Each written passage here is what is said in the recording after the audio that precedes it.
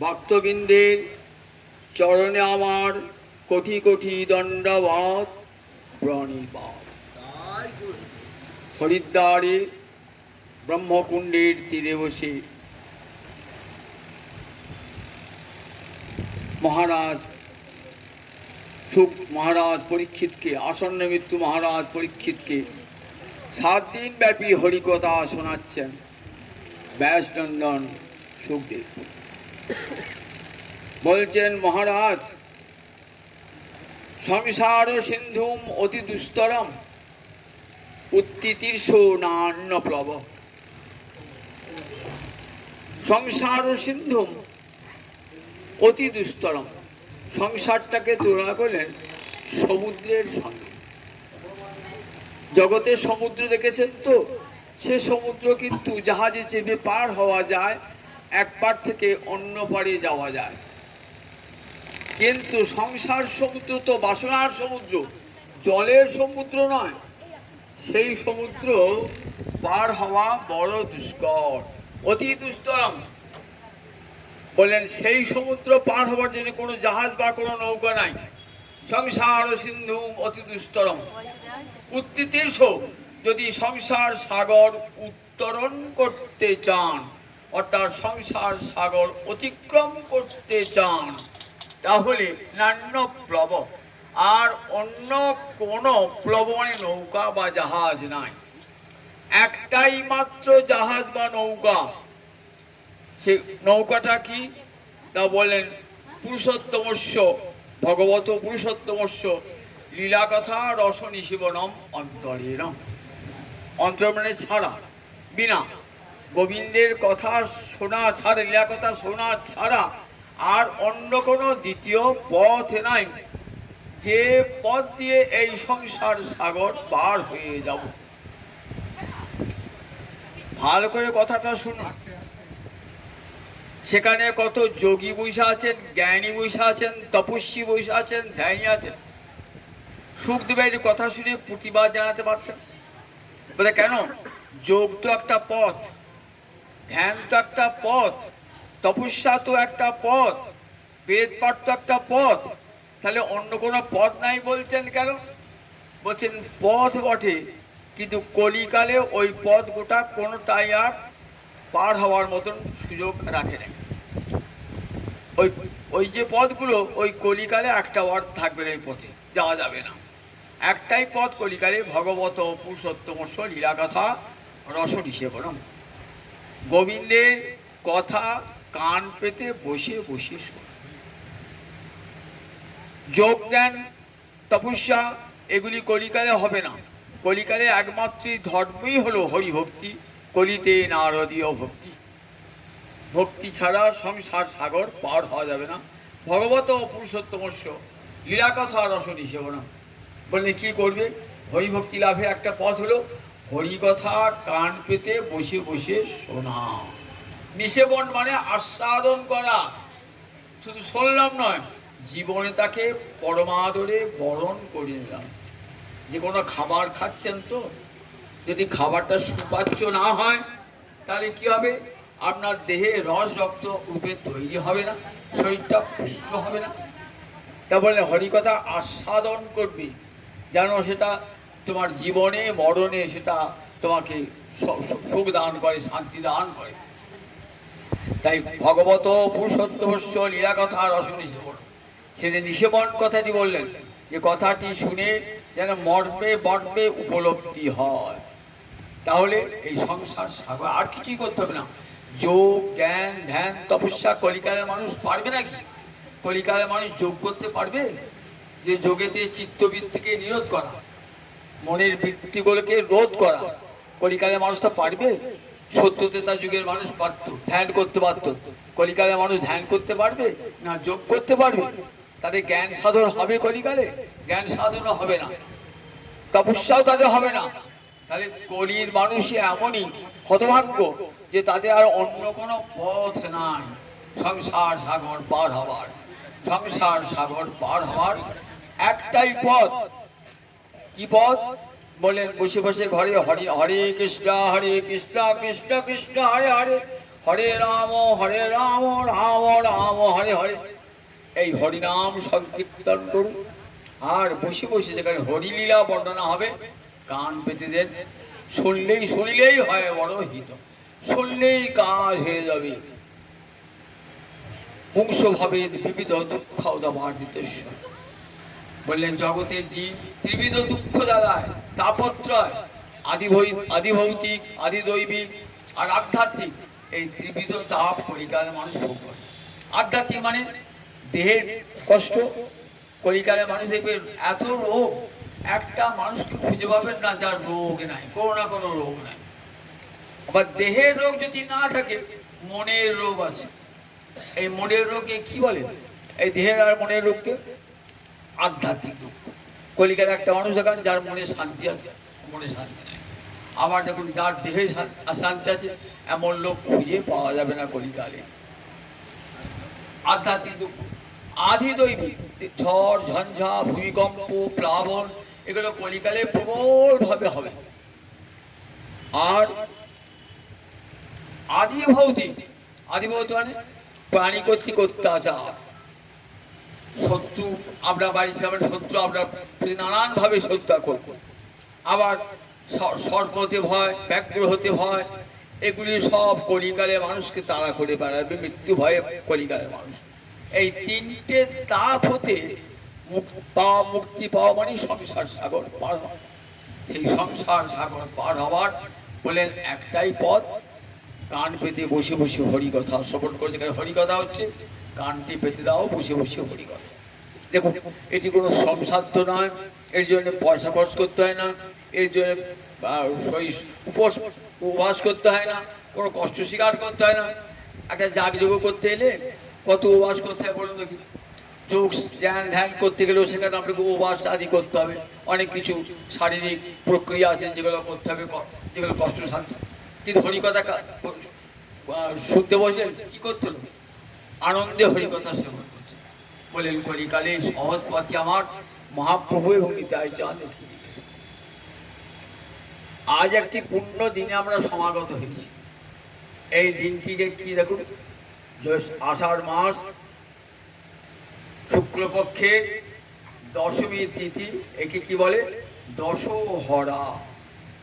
10 জন্মের পাপ দূরীভূত হয়ে যায়। 10 জন্মে কেন, কোটি কোটি জন্মের পাপ দূর হয়ে যায়। আর যদি গঙ্গার মহিমা কান পেতে শোনেন, গঙ্গায় স্নান করেন, গঙ্গার হাওয়া দেহে লাগান, তাহলে কি হবে? 1 জন্মের নয়, কোটি কোটি জন্মের পাপ দূর হয়ে যাবে। আর বললে কোটি কোটি জন্মের পাপ শুধু নয়, বলেন 10,000 অশ্বমেধ যজ্ঞের সমান ফল পাওয়া যায়। আজকে গঙ্গায় স্নান করলে, গঙ্গার বন্দনা করলে, গঙ্গার মহিমা শ্রবণ করলে পারে। আজ এই শুভ দিনটিতেই ভগীরথ, সাগর বংশের সন্তান ভগীরথ গঙ্গাকে মর্তে নিয়ে এসেছিলেন। গঙ্গার আবির্ভাব কিন্তু অনেক আগেই, গোলকের আশোভন কালে। চৈতন্য ভাগবতে বৃন্দাবন দাস ঠাকুর বলছেন, দেখো ভাগবত, তুলসী, গঙ্গা, ভক্তজনে কৃষ্ণ চতুর্ধা বিগ্রহ করি এই 4 স্থানে। কি কি না? ভাগবত, তুলসী, গঙ্গা আর কৃষ্ণ ভক্ত। এই 4 জন গোবিন্দ যেন 4 অংশে ভাগ হয়েছে।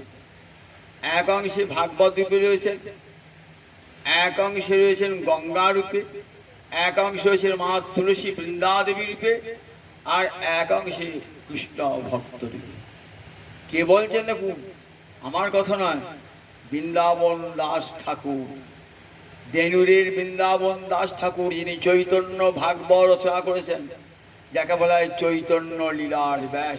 সেই চৈতন্য ভাগবত পড়ে দেখবেন। বলছেন ভাগবত, তুলসী, ভাগবত, গঙ্গা, তুলসী ভক্তজনে চতুর্থা বিগ্রহ করি কৃষ্ণ এই 4 স্থানে। এই 4 স্থানে ভগবান কৃষ্ণ যেন 4 ভাগে ভাগ হয়েছে। আপনি একটা বাড়িতে মূর্তি প্রতিষ্ঠা করলেন, তো মূর্তিটা আনা মাত্রই কিন্তু পূজা পাবে না, কি করতে হয়? তার দিয়ে প্রাণ প্রতিষ্ঠা করতে হবে, তবে পুজো হবে। মূর্তিটাকে একটা গোপালের মূর্তি নিয়ে এলেন, তো আমি বাড়িতে সেবা করব, তাহলে কি করতে হবে? তাকে আগে প্রাণ প্রতিষ্ঠা না করতে সেবা হবে না। দুর্গা পুজো করবে, মূর্তি আনলে পুজো হবে? হবে না। প্রাণ প্রতিষ্ঠা করে পুজো, তাহলে তার পুজো হবে। কিন্তু ভাগবতের প্রাণ প্রতিষ্ঠা করতে হয় না, তুলসীর প্রাণ প্রতিষ্ঠা করতে হয় না, মা গঙ্গার প্রাণ প্রতিষ্ঠা করতে হয় না, কৃষ্ণ ভক্তের প্রাণ প্রতিষ্ঠা করতে হয়। বিনা প্রতিষ্ঠা, বিনা প্রতিষ্ঠা, দেখেছেন তো? বিনা প্রতিষ্ঠায় দেখবে বৃন্দাবন দাস ঠাকুর বলছেন, এরা সাক্ষাৎ গোবিন্দের চারটে অংশ। মনে থাকবে, ভাগবত, গঙ্গা, তুলসী আর কৃষ্ণ ভক্ত। সত্য যুগে তীর্থ ছিল কোনটা? পুষ্কর তীর্থ। ত্রেতা যুগে তীর্থ ছিল নৈমিষারণ্য, তারপরে কুরুক্ষেত্র, আর কলিতে একমাত্র গঙ্গাই হলো তীর্থ। সব তীর্থের সমাহার ঘটেছে গঙ্গাতে। গঙ্গায় স্নান করলে সব তীর্থে স্নান হয়ে যায়, এই বিশ্বাসটুকু অন্তরে রাখবেন। শাস্ত্রের বচন, গঙ্গায় স্নান করলে সব তীর্থের স্নান হলো। আবার গঙ্গায় স্নান করলে এখন সমস্ত যত তীর্থ একসঙ্গে, যত সপ্ত নদী, সপ্ত সমুদ্র, সব গঙ্গায় এসে মিলিত হয়েছে। তাই কলিকালে নাস্তি গঙ্গা সমমে তীর্থ, শাস্ত্রে বলেছে গঙ্গার সমান আর দ্বিতীয় তীর্থ নয়। কাছের জিনিস আদর পায় না, তো আমরা গঙ্গার কাছে আছি বলে গঙ্গার মহিমা বুঝি না। গঙ্গার কাছে আছি, রোজ গঙ্গা স্নান করছি, গঙ্গার মহিমা আদর যায় না। একটা লোক যদি আমার বাড়িতে রোজ আসে, তাকে আদর করবেন? একটা নতুন লোক এসে তাকে আদর করবেন, কিন্তু রোজ আমি মুখে আপনার বাড়ি আসি, রোজ আমার মুখটা ছেনা, আদর হবে না। কিন্তু একদিন যদি আসেন তাহলে খুব আদর হবে। মা গঙ্গাকে রোজ দেখছি, মা গঙ্গার আদর নাই। দূর দূরান্ত থেকে আসছে, যেখানে গঙ্গা নাই, ছুটে আসছেন গঙ্গা স্নান করবার জন্য। দেখুন কোথায় দূর, তাদের সে অন্য নদী আছে, গঙ্গা নাই, ছুটে আসছেন এইখানে কাটোয়ায় গঙ্গা স্নান করবো বলে। তাহলে দেখুন, একটা পূর্ণ ধামে আপনারা বসবাস করছেন, যেখানে বলছেন তব তট নিকটে যস্যহি বাস, খলু বৈকুণ্ঠে তস্যহি বাস। কি বলছেন? আচার্য শঙ্কর শিবের অবতার, শিবের অবতার আচার্য শঙ্কর বলছেন, মা তোমার তীরে যারা বাস করে না, তারা বৈকুণ্ঠে বাস করে। তব তট নিকটে যস্যই বাস, খলু বৈকুণ্ঠে তস্য নিবাস। তারা বৈকুণ্ঠে বাস করে, গঙ্গার তীরে রয়েছেন, আমরা সব বৈকুণ্ঠে বাস করছি। তাই দেখবেন গঙ্গার তীরবর্তী লোকেদের এমন ভক্তি হয় না, অন্য কোনো জায়গায় হয় না। চতুর্দিকে মন্দির আছে, গঙ্গার সব তীরে তীরে মন্দির আছে, বহু ভক্তজনের সমাগম হয় এখানে। আমি হরিকথা শুনবো না, আমার করে দেখবেন কোথায় হরিনাম হচ্ছে, কোথায় হরিকথা, কোথায় কাশো ঘন্টা বাজছে, কোনা কোন জায়গাতে হচ্ছে, যেখানেই যান না গঙ্গার তীরবর্তী যে কোনো এলাকা দেখবে, অন্য কোনো জায়গা পাবেন না। কিন্তু এমনই মহিমা গঙ্গার তীরবর্তী স্থানগুলিতে, এমন মহিমা। তাই নাস্তি গঙ্গা সমম তীর্থ, গঙ্গা সম। এই গঙ্গাকে আমরা পেয়েছি বহু ভাগ্যের ফলে। ভগীরথ তিনি কৃপা করে এনে দিয়েছেন আমাদেরকে। আমার পেতাম গঙ্গা, গঙ্গাকে বলা হয় বিষ্ণুপদী, অর্থাৎ বিষ্ণুর চরণে রয়েছে। তাই গঙ্গার কি নাম? বিষ্ণুপদী, বিষ্ণুর চরণ, গোবিন্দের চরণে রয়েছে। গোবিন্দের শিবের কীর্তন শুনে শিব বললেন, শিবকে গোবিন্দ শুনলেন যে জগতের সবচেয়ে শ্রেষ্ঠ বস্তু কি? শিব বলছেন জগতের শ্রেষ্ঠ বস্তু তোমার নাম সংকীর্তন, এর চেয়ে আর কোনো বড় বস্তু পৃথিবীতে আছে নাকি? শিব তখন শিবকে আর কি গান শোনাও। মহাদেব তখন কীর্তন আরম্ভ করেছেন। সেই মহাদেবের কীর্তনে, শিবের সঙ্গীতে গোবিন্দের, রাধা গোবিন্দের অঙ্গ দ্রবীভূত হয়ে গেল, জলে গড়ে যাওয়ার তো ঘর্ম বার হলো। সেখান থেকে সেই গঙ্গা গোবিন্দের চরণে আশ্রয় নিলেন, বিষ্ণুপদী হয়ে রইলেন। বিষ্ণুপদী হইলেন দেবী সুরেশ্বরী ভগবতী গঙ্গে, ত্রিভুবন তারিণী তরল তরঙ্গে, শঙ্কর মৌলি নিবাসিনী বিমলে, মৌমতি রাস্তাঙ্গে তব পদ কোমলে।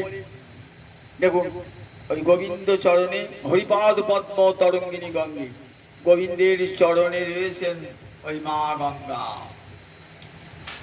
এদিকে আমরা দেখি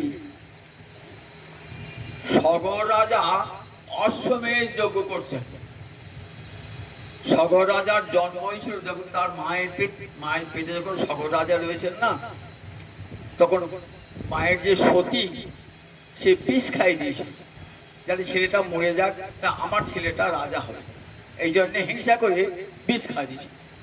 কিন্তু রাখে হরি তো মারি, ওই বিষ খেয়েই জন্মালো, মরে নাই, তাই নাম হলো সগর। গড় মানে বিষ, গড় মানে বিষ, সেই বিশেষ সঙ্গে জন্মেছিলেন বলে নাম হয়ে গেল সগর। অশ্বমেধ যজ্ঞ করবে, অশ্বমেধ যজ্ঞ গেলে ঘোড়া ছেড়ে দিতে হয়, তো তা ঘোড়াটা চড়তে কি করেছে, দেবরাজ ইন্দ্র ঘোড়াটা চুরি করে। দেবরাজ ইন্দ্রের সবসময় ভয়, যদি 100টা অশ্বমেধ যজ্ঞ করে তাহলে সে চলে আসবে সরকার, আমার ইন্দ্রপদটা চলে যাবে।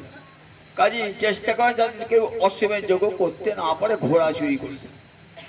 ইন্দ্রের দুধ গিয়ে ঘোড়াটা চুরি করেছে, যজ্ঞ হবে কি করে? ঘোড়া তো চুরি হয়ে গেছে, যজ্ঞ কি করে হবে? সগর রাজা দেখলেন যজ্ঞতা অসম্পূর্ণ হয়ে রইল। 60,000 ছেলে সগর রাজার, একটা দুটো নয়, 60,000 ছেলে। বললেন যাও খুঁজানো গা, ঘোড়াটাকে খুঁজানো গা। ঘোড়াটাকে খোঁজেন, কোথাও খুঁজে পাচ্ছেন না, কোথাও খুঁজে পাচ্ছেন না। খুঁজে খুঁজে কোথায় এলেন? ওই যে কপিল মুনি আশ্রম, আমরা জানতো গঙ্গাসাগর, জান্না তীর্থ করতে, ওই গঙ্গাসাগরটিকে পাতাল বলা হয়েছে, খুব নিচু বলে ওটাকে পাতাল বলা হয়েছে। ওইখানে কপিল মুনির আশ্রম, ওই কপিল মুনি আশ্রমে ঘোড়াটা বেঁধে দিয়ে পাঠিয়েছে। ভাবছে সগর রাজার ছেলেরা এসে যখন দেখবে ঘোড়াটা মাথা, ভাবে মুনি চোর হয়েছে, মুনি চোর, আর মুনিকে এই মারতে যাবে, মুনির কোপে পড়ে ছাই হয়ে যাবে, ভস্মপুরে ছাই হয়ে যাবে। তাই কৌশল করি ওই মুনির আশ্রমেতে ঘোড়াটা বেঁধে দিয়ে পাঠিয়েছে। সগর রাজা ছেলেরা এখান সেখান ঘুরতে ঘুরতে এসে ওই কপিল মুনি আশ্রমে এসে দেখছেন ঘোড়াটা বাঁধা রয়েছে। তখন ভাবছে মুনিটা চোর, আসলে মুনি নয়, ও মুনি সেজেছে চোর।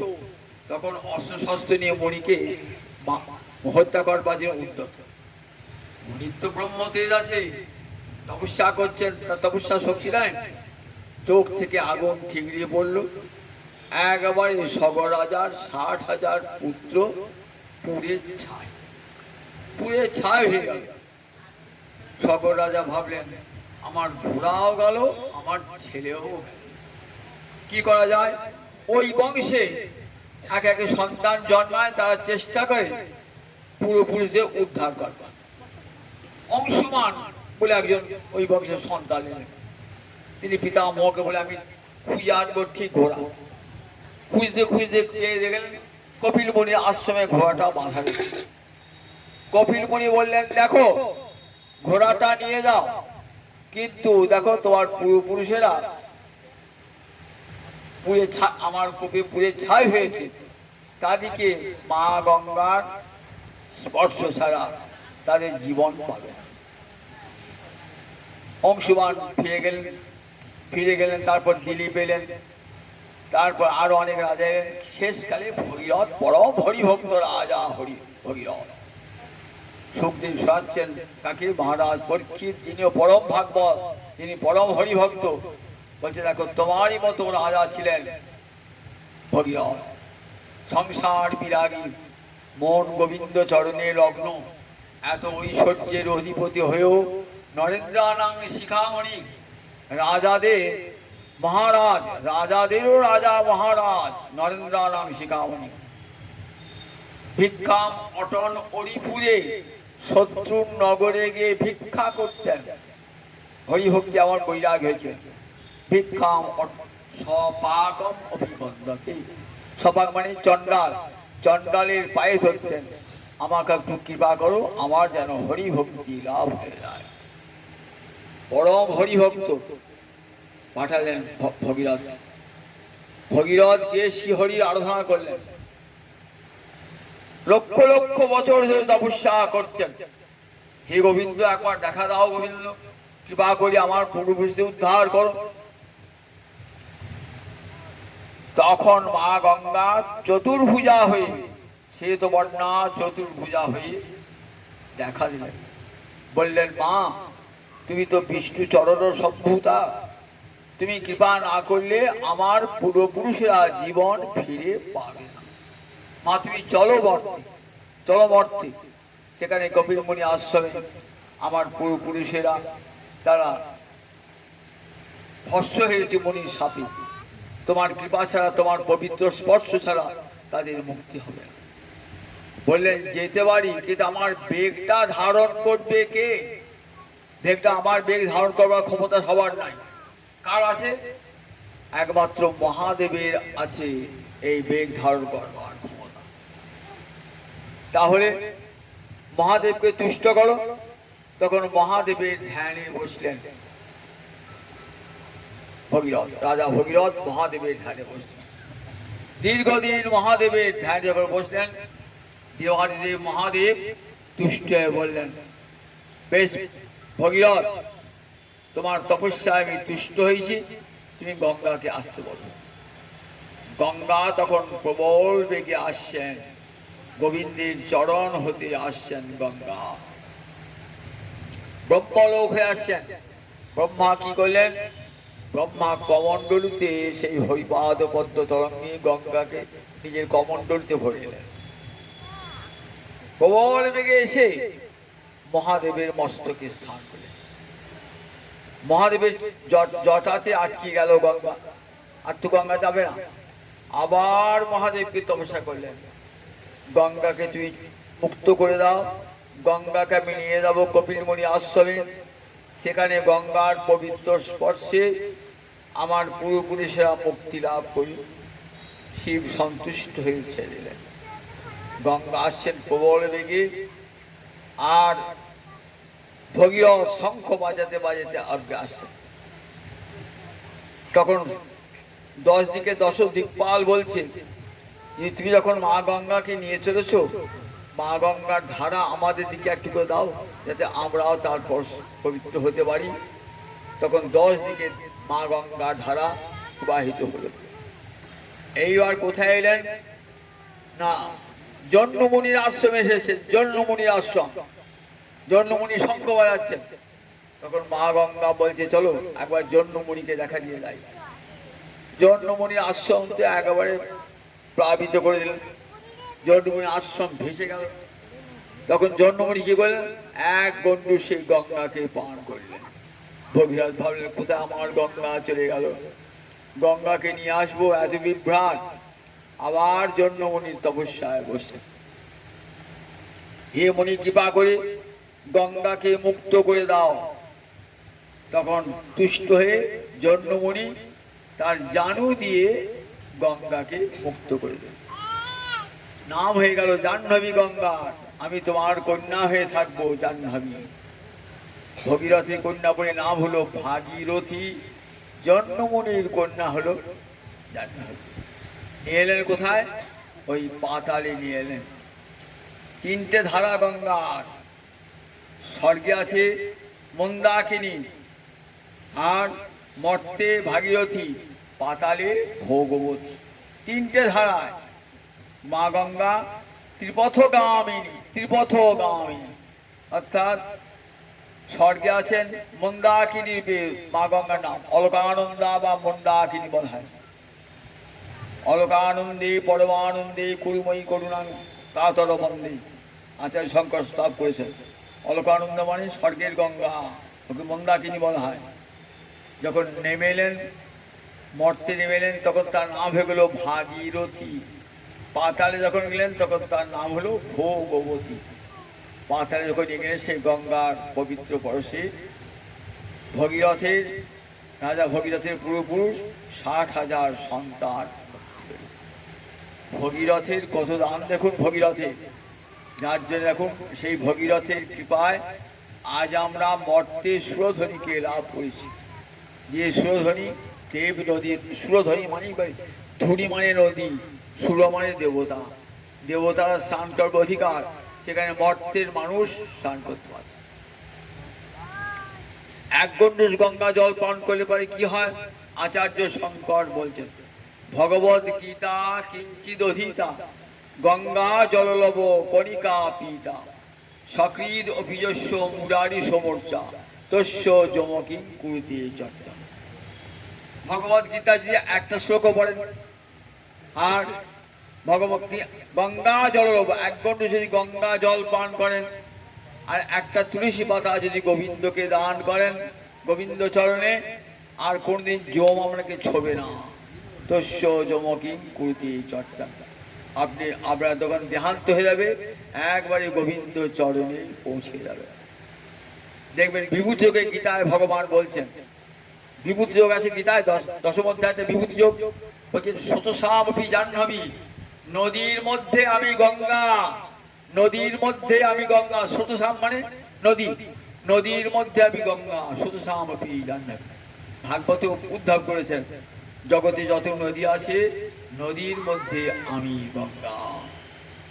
গঙ্গা, এই গঙ্গা নেমে এলেন বর্তে ভাগীরথী নাম ধারণ করি। তারই করুণায় আজ আমরা গঙ্গায় স্নান করছি।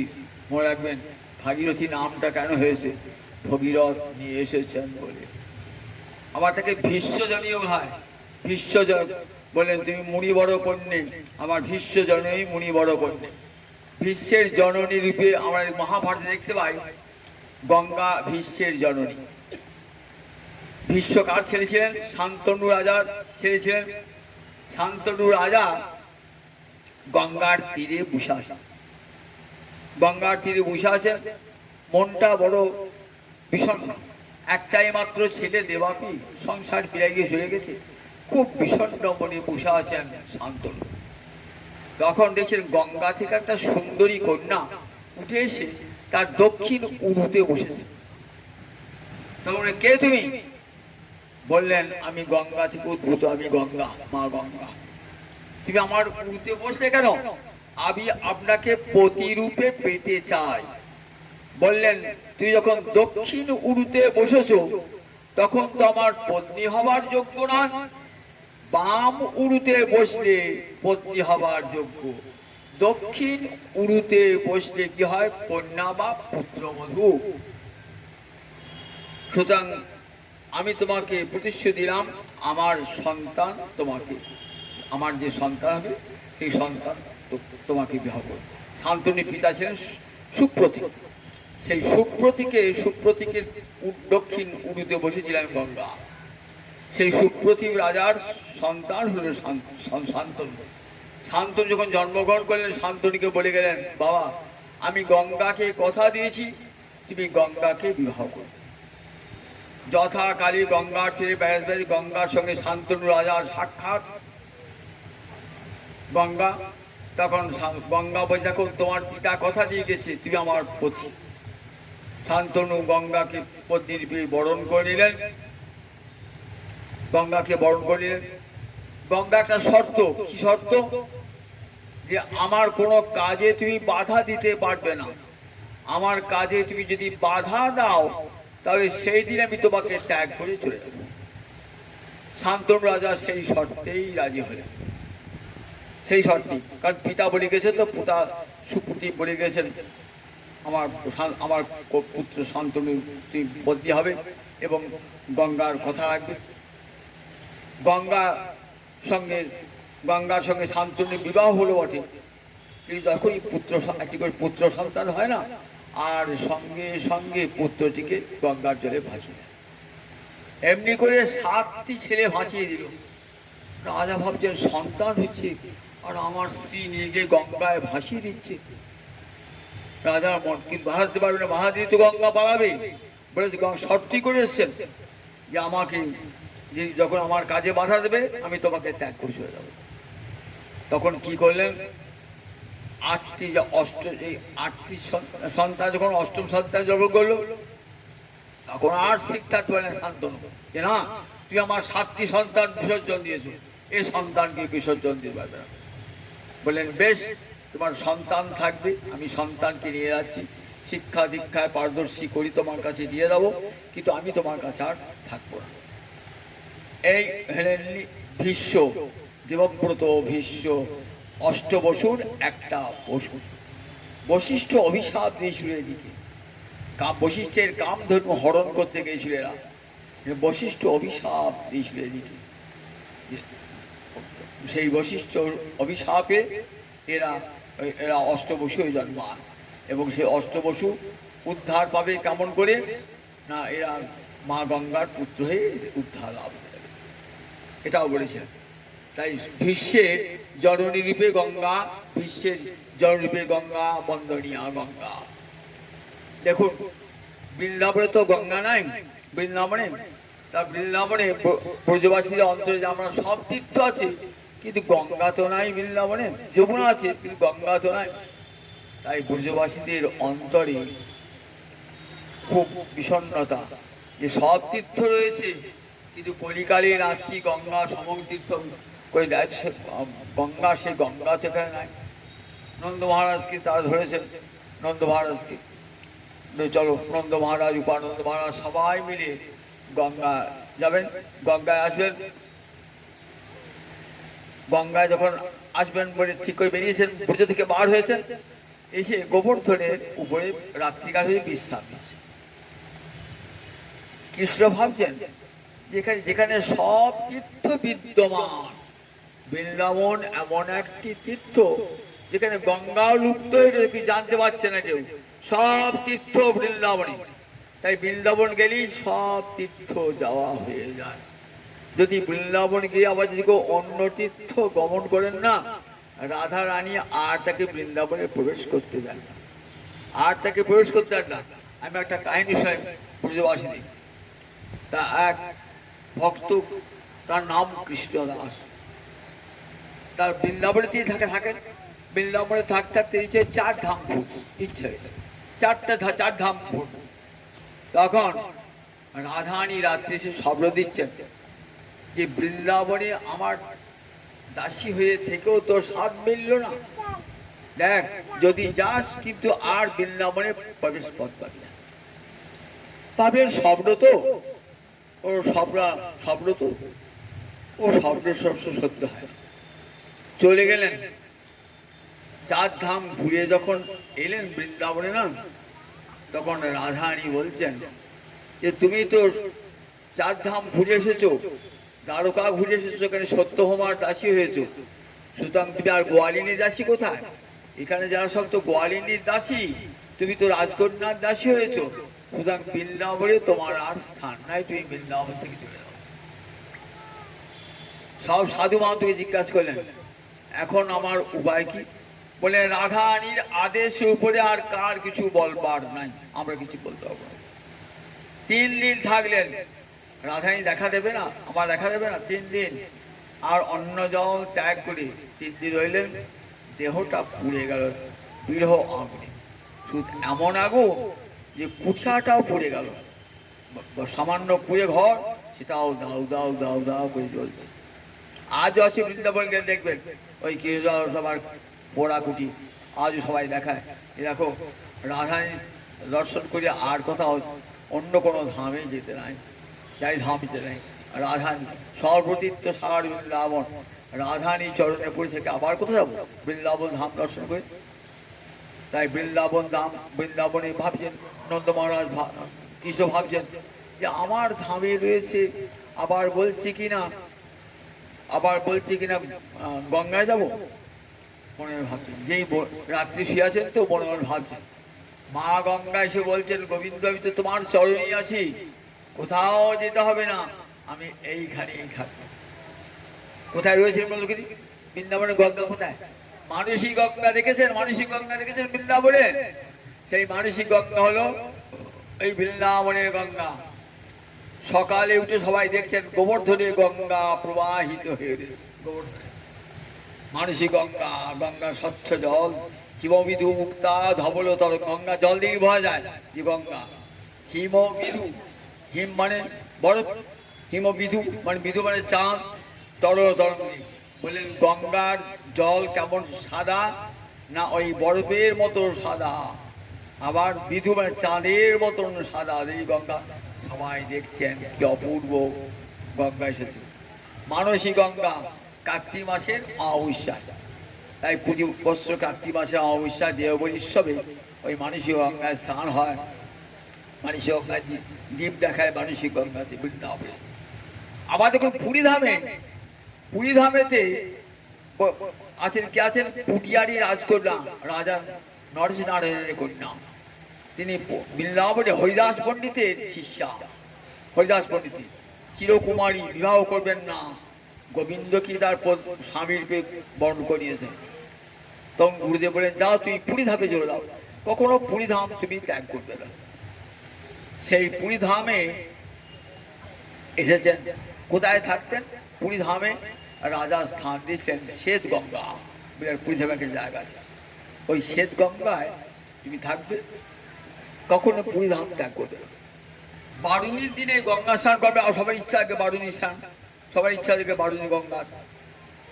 ভাবছেন যে বারুণী গঙ্গা স্নান করবো মনে হয়, কিন্তু গুরুর আদেশ লঙ্ঘন করবে কি করে? গুরুর আদেশ লঙ্ঘন করতে পারে না। হচ্ছে মনে মনে একটা গঙ্গা স্নানের তৃষ্ণা জেগেছে। জগন্নাথ রাত্রে স্বপ্নাতে এসছেন, কোনো চিন্তা নাই, দেখ আমার চরণ হতে গঙ্গা, সেই শ্বেত গঙ্গায় দেখি সেই গঙ্গায় এসে হাজির হয়েছে। শ্বেত গঙ্গায়, সেই গঙ্গায় এসে হাজির। সকালে উঠে দেখছেন বারুণীর দিন দেখছেন এই শ্বেত গঙ্গাতে ওই গঙ্গার জ্বালা পড়েছে। ওই গঙ্গায় স্নান করতে করতে কোথায় গেলে অর্ধেক রাত্রে স্নান করতে করতে একবারে জগন্নাথের চরণে বসে গেছে। কেউ নাই, একা ওই গঙ্গা পুটিয়ারি রাজকন্যা। কথা হচ্ছে মন্দিরে রাত্রিবেলায় ঢুকলো কি? রাত্রে অত কলরব হচ্ছে কিসের? বহু লোক স্নান করছে, সমুদ্র গঙ্গা দেখে কেমন, গঙ্গার স্রোত কেমন বয়েছেন একবারে জগন্নাথের চরণ পর্যন্ত। এত কলরব কিসের? জয় মা গঙ্গা, জয় মা গঙ্গা, জয় মা গঙ্গা। তখন সব পুরীর সব যারা সেবক আছে, মন্দিরের সেবক উঠেছে, উঠে দেখছি, ঘর খুলে দেখছি আর কেউ নাই, ওই ভাগবত পাঠিকা ওই শচী দেবী রয়েছে। তখন সব আপনি চুরি করতে এসছে, ও আসলে ভাগবত পাঠিকা নয়, চোর, জগন্নাথের গহনা চুরি করতে এসছে। রাজাকে সংবাদ, রাজা বলো কি, যা কারাগারে পুরে দাও, কারাগারে পুরে দাও। কারাগারে যখন পুড়েছেন জগন্নাথ সামলাচ্ছেন, তুই ওকে রাজকন্যাকে তুই চোর বলে ভাবলি? দেখ তোর সমস্ত বিনাশ হয়ে যাবে, এক্ষুনি গিয়ে ক্ষমা চেয়ে নে এবং ওর কাছে কৃষ্ণ মধ্যে দীক্ষা গ্রহণ কর। তখন রাজা ছিলেন পুরীর মুকুন্দদেব। মুকুন্দদেব বলে সব ছেড়ে দাও, রানীকে ছেড়ে দাও, রাজকুমারীকে ছেড়ে দাও। রাজকুমারীকে ছেড়ে দিলেন, বললেন কৃপা করিয়া আপনি আমাকে কৃষ্ণ মধ্যে কৃষ্ণ মধ্যে দীক্ষা দান করুন। রাধা কৃষ্ণ মন্দির দীক্ষা, সেই থেকে নাম হয়ে গেল গঙ্গা মাতা গোস্বামিনী। পুরীতে গিয়ে গঙ্গা মাতার মঠ আছে, গঙ্গা মাতা গোস্বামীর মঠ আছে পুরীতে। তাহলে পুরী ধামেও এলেন। আবার দেখুন মহাপুর যখন রয়েছেন, মহাপুর পুরীতে রয়েছেন, তো পরমানন্দ পুরীকে মহাপ্রভু খুব ভালোবাসতেন, সতীর্থ বলে খুব ভালোবাসতেন। তা বললেন যে পুরী তোমার কুয়ার জল কেমন, কুয়োর জল কেমন? বলে প্রভু আমার কুয়ার জল একেবারে ঘোলা কাদা হয়। বলে ঠিক আছে, আজকে আমি বললাম গঙ্গা প্রবেশুক তোমার কূপের ভিতরে, আজকেই গঙ্গা প্রবেশ করবে তোমার গঙ্গা। দেখছেন গঙ্গা কুয়োতে এসে হাজির। সবাই স্নান করলে বলে স্নান করে রেখেছে, স্নান করলেই গঙ্গা স্নান হবে। আজও রয়েছে সেই কুয়া, পরমানন্দপুরী কুয়া। এমনি করে গঙ্গা কতদিকে গঙ্গা ছড়িয়ে পড়লেন মা গঙ্গা সকল জীবকে কৃপা করবার জন্য। এই তো গঙ্গার একটা রূপ গেলেন নদী রূপ। গঙ্গার কিন্তু আর একটা রূপ আছে মানবী রূপ, গঙ্গার মানবী রূপ। আমরা অনেকেই হয়তো জানেন না, পাঁজিতে লেখা আছে দেখবেন, গঙ্গা মাতা গোস্বামিনীর আবির্ভাব আজ দিনে। এই জ্যৈষ্ঠ মাসের শুক্লপক্ষের এই দশহরা তিথিতে হস্তা নক্ষত্রে গঙ্গা মাতা গোস্বামী কে বলুন দিগ? আপনারা দেখেন তো সবাই, গৌরাঙ্গ পাড়ে রাধামাধব দেখেন, আমার বাড়িতে রাধামাধব দেখেন তো। এই রাধামাধব কার আনা? গঙ্গা মায়ের ছেলে প্রেমানন্দের আনা। তাই ভালো করে জেনে রাখুন এই গঙ্গা মাতা কি। গঙ্গা মাতা হলেন নিত্যানন্দের কন্যা। নিত্যানন্দের এক পুত্র এক কন্যা। কন্যাটি জ্যেষ্ঠা, তার নাম হলো গঙ্গা, আর পুত্রটির নাম বীরচন্দ্র। সন্ন্যাসের পর আমার মহাপ্রভু পুরীধামে রয়েছে। নিতাই চাঁদ সব ভক্তগুলোকে নিয়ে প্রতি বছর যেতেন। একদিন নিতাই চাঁদ বলছেন, একদিন নিতাই চাঁদকে গৌরহরি বলছেন যে দেখো শ্রীপাদ, আমি এলাম এইখানে মণি ধর্ম ত্যাগ করে আমার নাম বিশ্বম্ভর, বিশ্বকে নামে এবং প্রেমে ভরে দেবো বলে আমার আবির্ভাব, কিন্তু আমি তো পারলাম না, আমার কাজ তো অসম্পূর্ণ হয়ে রইল। আমি এখানে গম্ভীরাসে দিবারাত্র রাধা প্রিয় বিধোর হয়ে কাঁদছি। তা তুমি তো আমার দ্বিতীয় কলেবর, তুমি যাও প্রতি বৎসর তুমি এসো না, প্রতি বৎসর তুমি পুরীতে এসো না, দেখো তুমি গিয়ে নাম নয়নে দেখিবে যারে, নাম প্রেমে দিও তারে, দেখো নিতাই কেহ যেন বঞ্চিত না হয়। যাও নিতাই, গিয়ে গৌরবঙ্গে সর্বত্র নাম দাও। আর একটা কথা তোমাকে কানে কানে বলি, দেখো তুমি যদি আমার মতন সন্ন্যাস ধর্ম গ্রহণ করো, লোকে কি ভাববে যে বৈষ্ণব ধর্মটাই হলো সন্ন্যাসীর ধর্ম, বৈরাগীর ধর্ম, কোনো গৃহী লোক এই ধর্ম গ্রহণ করে না।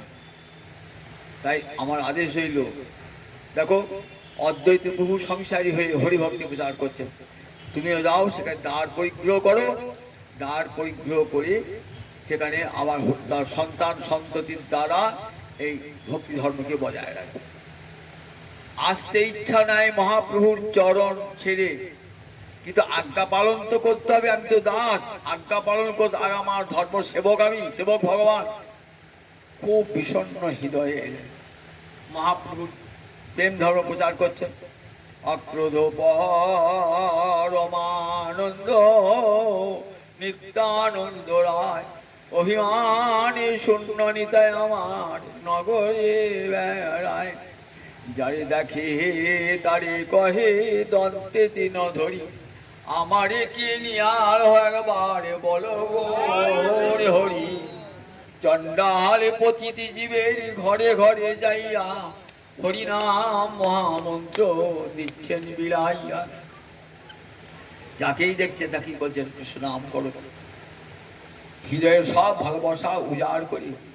কাউকে পতিত, কেউ অচ্ছুত, এই নিম্ন শ্রেণীর, এই পুণ্যবান, এই পাপী, এই ব্রাহ্মণ, এই চণ্ডাল, এই বিচার করেন নাই, সকলকে বুকে ধরিয়ে হরিনাম দিয়েছেন আমার নিতাই চাঁদ। কত করুণা অবলম্বন করি, মানুষ কতখানি বড় হইতে পারে। আমাদের মনে কেমন ভাব আছে, দুই ভাব আছে। একটা নির্যাতিকে দিলে তুই বসে বস, তুই গায়ে ছোঁয়া লেগে যাবে, এখন অনেক জায়গাতে আছে ছোঁয়া লেগে যাবে। আমরা বলি না, মানুষকে কত ছোট করি আমরা দেখুন। আর আমার নিতাই চাঁদ গৌরহরি শিক্ষা, জীবে সম্মান দিবে জানি কৃষ্ণ অধিষ্ঠান। কোনো মানুষকে ছোট ভেবো না, কোনো মানুষকে অবজ্ঞা করে দূরে সরিয়ে দিও না, তাহলে কৃষ্ণকে অবহেলা করা হয়। ব্রাহ্মণের হৃদয়ে যেমন কৃষ্ণ আছেন, ওই চণ্ডালের হৃদয়েও কৃষ্ণ আছে, হাড়িবাগ দিয়ে অন্তরেও কৃষ্ণ আছে। তাদেরকে ছোট জাত করে দূরে সরিয়ে দিও না, পুণ্য পাপী পেছো না। দেখো পাপী পাপ করেছে বলে তার পাপটাকে ঘৃণা করো, পাপীটাকে দূরে সরিয়ে দিও না। আবার পাপীর অন্তর দেখো, পাপীরাও ভালো হইতে পারে যদি কৃষ্ণ নাম পায়। এমনি করে আমার নিতাই চাঁদ গৌরহরি জগৎজীবকে হরিনাম দিয়েছে। নিতাই চাঁদ ভাবছেন যে আমাকে আর বিয়ে কে দেবে, বয়স তো অনেক অতিক্রান্ত হয়েছে, আর সন্ন্যাসী আমি তো আর জাতি বর্ণের ঊর্ধ্বে, আমার কাছে কে বিয়ে দেবে? তখন বিয়ে দেবে সব ভুল করে বেড়াচ্ছেন। তখন কৃষ্ণদাস হো আর উদ্ধাম দত্ত, উদ্ধাম দত্ত কোথাকার বলুন দেখি? উদ্ধাম দত্ত ত্রিবেণী, এইখানে উদ্ধামপুর আছে, মেলা যান উদ্ধামপুরে। এই উদ্ধাম দত্ত কে ছিলেন? আবার নিতাই চাঁদের একবারে এমন প্রধান দাস ছিলেন, সবসময় গোবিন্দ নিতাই চাঁদের চরণে পড়ে থাকতেন, এত ঐশ্বর্য। নিতাই চাঁদ যাবে একবার সব অকাতরে বিলি করেছেন এই উদ্ধাম দত্ত। সেই উদ্যান দত্ত যে গুরুর বিবাহ দিতে হবে, কোথাও বিবাহ দেবে? খুঁজতে খুঁজতে শালিগ্রাম বলে একটা জায়গা, এই কালনার পাশে, সেখানে সূর্যদাস সরখেলের দুই কন্যা বসুধা আর জাহ্নবা। এরা কে ছিলেন বলতে, বড়রামের পত্নী বারুণিয়া রেবতী। এরাই আবার কলিযুগে বসুধা জাহ্নবা এসেছেন। সূর্যদাস সরখেল ঠিক করেছেন আমার মেয়ের বিয়ে দেবো নিতাই চাঁদকে। সবাই বলছে দেখো সন্ন্যাসীকে বিয়ে দেওয়া, ওর জাত নাই, বিয়ে দেয় না। তখনকার দিনে ব্রাহ্মণ সমাজ আজ থেকে 500 বছর আগে সমাজটা কেমন ছিল বলুন দেখি। ওকে বিয়ে দেয় নাকি? সবাই নিষেধ করে বিয়ে হবে না, বিয়ে হবে না। অপূর্ব অলৌকিক লীলা করলেন। হঠাৎ হঠাৎ আকস্মিক রোগে আক্রান্ত হয়ে বসুধা মৃত্যুবরণ করেছে। গঙ্গার তীরে নিয়ে গেছে। অদূরে উদ্যান দত্ত কৃষ্ণদাস হরির সঙ্গে বসে হরি কথা বলছেন। নিতাই চাঁদের কাছে এসেছে। নিতাই চাঁদ বললেন, কন্যাকে বাঁচাতে পারি, একটা শর্ত, যদি কন্যাকে আমাকে দান করে। অলৌকিক উপায়ে কানে কৃষ্ণ নাম শুনিয়ে বসুধাকে জীবিত করলেন। সঙ্গে সঙ্গে সমস্ত ব্রাহ্মণ কুলীন সমাজ দেখলেন যে নিতাই দেশে লোক নয়, সাক্ষাৎ বলরাম নিতাই হয়ে এসেছেন কলিযুগে। তখন কন্যা দান করলেন, একসঙ্গে দুটি কন্যা, বসুধা এবং জাহ্নবাকে দান করলেন। বসুধা আর জাহ্নবাকে নিয়ে কোথায়? প্রথম বললেন নবদ্বীপে, তারপরে শান্তিপুরে, তারপরে চলবে কোথায়? খড়দহ। দেখবেন খড়দহে শ্যামের মন্দির আছে, পাশে আছে কুঞ্জবাটি। এইখানে তাই তার থাকছেন সপরিবারে। এইখানেই জন্ম হলো মা গঙ্গার প্রথম সন্তান মা গঙ্গা। ঠিক আজকের এই দিনটিতে মা গঙ্গা জন্মেছিলেন মানবী রূপী। যখনই গৌরগণ কেউ বলতেন জন্মগ্রহণ করেছেন না, তখনই অভিরাম যিনি ব্রজের শ্রীরাম ছিলেন না, তিনি পরীক্ষা করে আসতেন সত্যিকারে গৌরগণ বটে কিনা। গৌরগণ মানে গৌর পরিকরভুক্ত বটেন কিনা পরীক্ষা করে আসতেন। অভিরাম এত শক্তিশালী ছিল, শালগ্রাম শিলা যদি নকল হতো না, প্রণাম করলে ফেটে যেত। অভিরাম প্রণাম করে ফেলত। কেউ যদি মিশে কেউ বলতে আমি গৌরগণ, প্রণাম করে তার মৃত্যু হয়েছিল। এসেছেন কোথায়? শুনলেন মা গঙ্গা এসেছেন, আবির্ভূত হয়েছে। কে ছিলেন? ব্রজের পরাপ্রেম মঞ্জরী, তিনি নিতাচাঁদের কন্যা হয়ে এসেছেন। সত্যিকারের গৌরগণ বটেনকে দেখবার জন্য এসেছেন। তো মা জাহ্নবার লুকিয়ে রেখে দিয়েছেন গঙ্গাকে। কেন? অভিরামের প্রণামে যদি আমার কন্যার মৃত্যু হয়ে যায়। গঙ্গা আস্তে আস্তে চলে এসছে, প্রণাম করলেন। তো 12 বার প্রণাম করলেন, আর 12 বার 12 মূর্তিতে দেখা দিলেন মা গঙ্গা। 12 বার 12 মূর্তি। একবার গঙ্গা রূপে দেখা দিলেন, একবার রাধারানী সখী মাধবী রূপে দেখা দিলেন, একবার মঞ্জু রূপে দেখা দিলেন, একবার রাধারানী সেবা পড়া মঞ্জু রেখে দিলেন। তখন অভিরাম একটা স্তব করেছিল, সর্বাপরাধ ভঞ্জন স্তোত্রম। এই স্তোত্রটি অপূর্ব স্তোত্র, যে মা তোমার এমন অপূর্ব মহিলা, এমন তো অপূর্ব মহিমা, যে মহিমা তুমি কত রূপে 10 রূপে আমাকে দেখা দিলে। 10 রূপে সেই মা গঙ্গারও জন্ম আজ দিনে। এখানে গঙ্গা মাতা নিত্যানন্দ কন্যা, গঙ্গা মাতার আবির্ভাব আজ দিতে, যিনি ব্রজের সাক্ষাৎ বরাপ্রিয় মঞ্জরী, রাধারানীর সেবা পড়া সখী ছিলেন। যাকে যিনি করুণা করলে রাধা মাধবের সেবা পাওয়া যায়। এই মা গঙ্গার বিবাহ হয়েছিল এই নন্যাপুরে মাধব চট্টোপাধ্যায়ের সঙ্গে। সেই মাধব চট্টোপাধ্যায়ের ছেলে ছিল প্রেমানন্দ। সেই প্রেমানন্দ প্রভু নিয়ে আসেন রাধা মাধবকে। কোথায় নিয়ে আসেন? একবার জয়পুর থেকে রাধা মাধবকে নিয়ে আসেন। রাধা মাধব কিন্তু বাংলার ঠাকুর। কোথাকার ঠাকুর ছিলেন? বাংলাদেশে 12 ভূঁইয়ার মধ্যে প্রতাপাদিত্য কাকা বসন্ত রায় সেবিত বিগ্রহ। কিন্তু মুসলমান আক্রমণের সময় সব দেবতাগণকে বিগ্রহগণকে নিয়ে চলে যান জয়পুরে রাজা। সেখানে জয়পুর থেকে যান বেড়াতে বেড়াতে প্রমানন্দ গোস্বামী, এবং সেখানে শব্দাদেশ হয় যে আমি তো আর বাংলার ঠাকুর মানি। তো এসে নিয়ে এসে কোথায় তোলেন? ওই শাখায় এখন রাধা মাধবের পুরনো মন্দির এখন আর কি দেখতে পাই না। অনেকে বহু মানুষ জানে এখানে রাধা মাধবের মন্দির ছিল। বজরাতে প্রমানন্দ গোস্বামী সন্ন্যাসী, তো কি করবেন? ওই নৌপতি রাধা মাধবের সেবা করতেন। শাখায় ঘাটে এক ব্রাহ্মণ ছিলেন, তার জগন্নাথ ছিল। তিনি বললেন রাধা মাধবকে আমার বাড়িতে মন্দিরে নিয়ে চলবে। সেই মন্দিরে নিয়ে গেলেন প্রেমানন্দ গোস্বামী, সেখানে সেবা হতে লাগলো। প্রমাণ বললেন তুমি তো আমাকে সেবা নিলে প্রভু রাধা মাধব, এবার তোমার সেবা করবে কি? আমি দাঁড় পরিগ্রহ করি নাই তো। তখন প্রেমানন্দ বললেন তুমি দাঁড় পরিগ্রহ করো।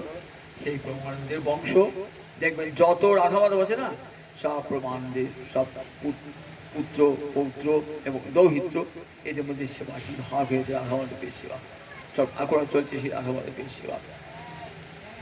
এক জায়গায় সেবা হয় না, মানে বহু জায়গাতেই সেবাটি হয়, বহু জায়গাতে কাটোয়া, শুধু কাটোয়াতে না, বীরভূমেদ হয়, আর অন্যান্য জায়গাতে মুর্শিদাবাদ জেলায় যায়, বহু জায়গাতে রাধা মাধব ঘুরে ঘুরে বেড়ান, এক জায়গায় স্থির হয়ে থাকেন না, চলমান বিগ্রহ, যেখানেই যান পরমাদর হন।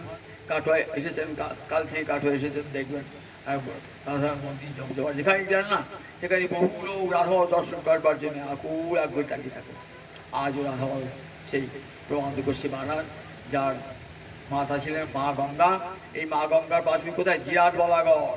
এখনো দেখতে পাবেন মা গঙ্গার আশ্রম রয়েছে, সেখানে গোপীনাথের সেবা আছেন, সেখানে নিতাই চাঁদ আছেন, গৌর হরি আছেন, আজও দেখতে পাবেন মা গঙ্গার পিঠে রয়েছে, মা গঙ্গার আশ্রম রয়েছে। আজকে এই শুভ দিনে মা গঙ্গার চরণে এই জলরূপী গঙ্গা, জল ভগবান দুই এসেছেন, জলব্রহ্ম আর দারুব্রহ্ম। দারুব্রহ্মকে জগন্নাথ দারুব্রহ্ম, আর জলব্রহ্ম গঙ্গা।